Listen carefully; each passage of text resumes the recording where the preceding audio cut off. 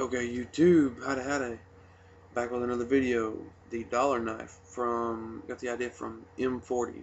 Great website. The website is M4040, and great website, great stuff on there.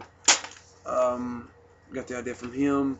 He had the 10-cent knife, which was just a chunk of a hacksaw blade. He done the same thing with, just filed it into a knife's edge, put the bevel on it, put a little finger notch in it, and it's set to go.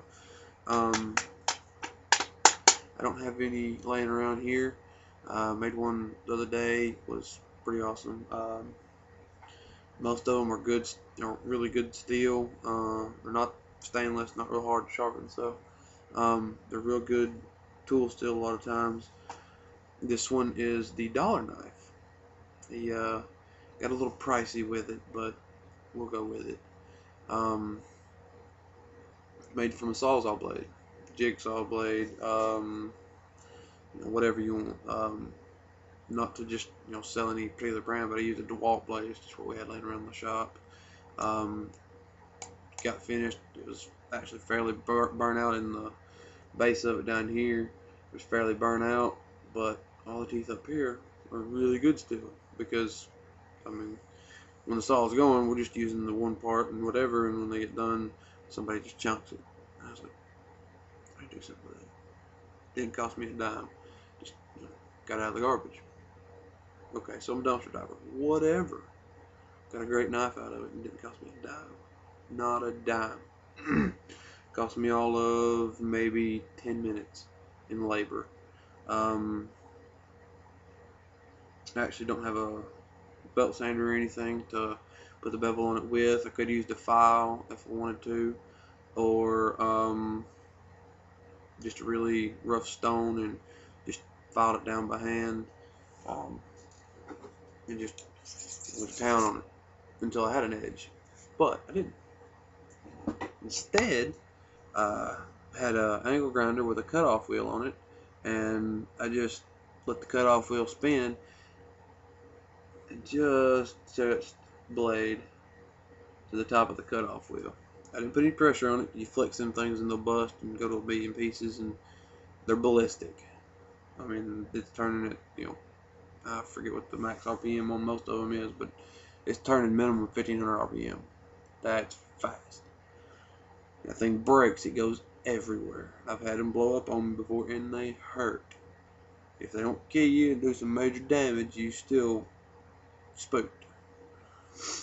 So I just put just let the weight of the blade itself just sit on there until it, as the blade was spinning, disc was spinning, just let it just file it down on that side, flip it over, file down the edges, and use the wheel itself to actually cut in and shave the teeth off of the back side for the handle, and shape the just used wheel was spinning this way, and just dug in with it,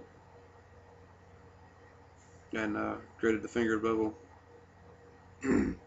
It actually came up to a tanto point, but I didn't like the teeth, were really gnarly right on the very end of the tanto point.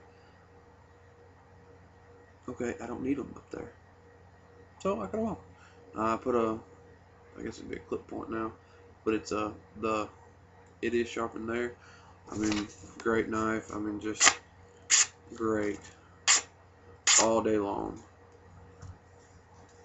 And there you go. The saw still works great. Oh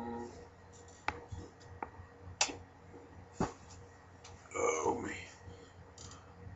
I mean, it's just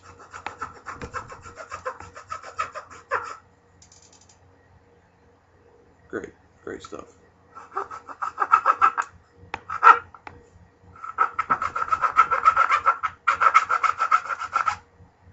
Good deal.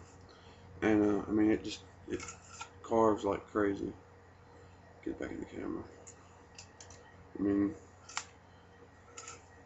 wonderful. Make a great little, just extra knife. Made a little sheath out of duct tape, and actually it's got a lot of rolled up cardboard inside of it. It was actually a paper towel roll. Without a paper towel, the roll was sitting there. I just kind of set the blade inside of it and folded it over, just folded it in half and then rolled it around the blade, and this is what I come up with. So did that and just wrapped duct tape around it. I actually have a stick, just a piece of wood kind of jammed in there right now. You see, so the blade will go in right. Get the hole. Blade goes in here. I got the stick up on top, and I've got it just there giving me space, and I've ordered some ferro rods offline, a good many of them for pretty cheap, which is great, off of eBay. Wonderful. Got them on sale, and I'm gonna just drop a ferro rod down in there. Take that stick out and drop a ferro rod down in there, and that's all that stick is doing right now, is just giving me space for I have a ferro rod later on, and I just wrapped it in duct tape. It's a great little dude. Actually made this yesterday and carried it around in my wallet for a day, and it fit right in my wallet, tucked right in just fine. I don't have I just have a single fold. That's what I carry, and it fits down in a little pocket. I'm not going to show you inside my wallet, but it fits down in a little pocket, just hunky-dory. Have hung out. See, you don't see it nowhere in there. But right now it's sharp, and I don't want to stick it in there because it'll just shred the side of my wallet, which would be horrible. So I'm going to put it back in its sheath because it is sharp. And if you've seen my other videos, you know I feel that every blade requires a blood day, whether I make it or purchase it. And I've already nicked myself several times with this thing, just sharpening it alone. Not the wisest thing to do. I actually cut the chunk off the side of my finger. I was playing with paper, cutting the paper, and come down, and behind the paper, the blade come through, and my finger was further over than I thought. I was looking at the shadow from the back side, and finger come through, and knife come through, just nicked my finger. So it bled for just a little bit. So it's my blade now. I have a lot of problems. Every blade I've ever owned or ever made, I cut myself with. And the longer it takes me to cut myself with it, I don't do it on purpose, no, but it's bound to happen. You play with knives, you're going to get cut. You play with fire, you're going to get burned. And burn a lot too. But yeah. The longer, it seems that the longer I have the knife without cutting myself, when I finally do, it's bad.